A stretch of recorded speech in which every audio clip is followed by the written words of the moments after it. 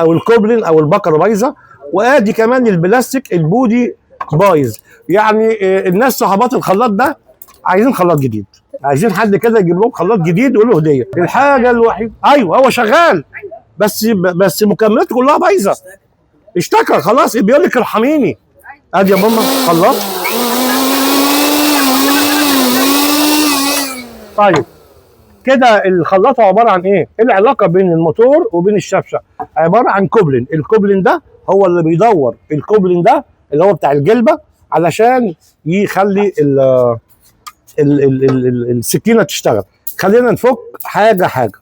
خد يا جديد عم محل بيخليه يغير دي وانا هغير دي. طب دي هتفكها ازاي؟ دي ليها طريقتين في الفك. ليها طريقتين في الفك. طريقه ممكن من تحت وطريقه ممكن من هنا. لا دي صعبه شويه. افك بقى من تحت وامسك امسك المسمارين دول، افك المسمارين دول وامسك الاكس بتاع الموتور وافك الكوبلين او بنسميها الفلانشه. الفلانشه دي اسمها الشبح. خلاط من جوه. وادي المعلومه، يعني انا ما غلطتش. الخلاط ده حاله خاصه، حاله خاصه.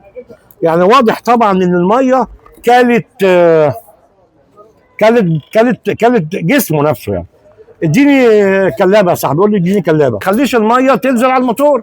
الموتور ده بيشتغل بايه؟ بالكهرباء. وعندك الشفشه كده بيشر والحته المكسوره، بس انت مش بامكانك تغيري جسم دلوقتي، تغيري بودي. شغلنا اهو، بص ادي شغلنا، ادي السرعه، ادي ستوب، ودوت اللي هو ايه؟ تاتش. خد بالك بقى من الحركه دي، خد بالك. شايف دي كده؟ بص بص بص بص. خلاص خلصنا كده. اديني الشبشه يا صاحبي، هتعمله انا. الشبشه عايز الكوبلين بتاعه كمان يتغير. والصاموله دي سن شمال ولا سن يمين؟ اهي دي سن شمال، في سن يمين وفي سن شمال.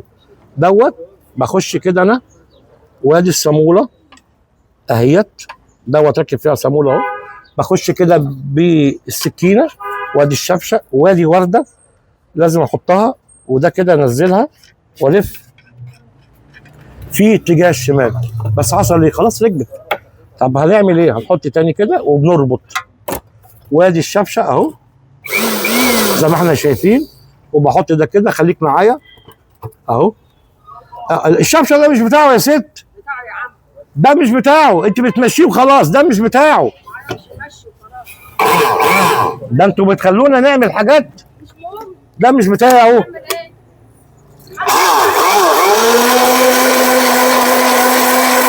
يلا يا ست اتفضلي، خدي ارمي دول في الزرعه. والخلاط ده المره الجايه الله يخليك شويه ميه بصابه كده، شويه ميه باومو. صح ولا غلط؟ صح. ربنا يديك الصحه يا رب. تقولي ايه لعم صابر بقى بعد ما خلينا؟ تقول الله يبارك له، الله يبارك له، ربنا يكرمه وما يجيبلوش حاجه وحشه ابدا يا رب. يا رب حق جنة، عشان هو ده ربنا يبارك له. طيب خلاص بقى.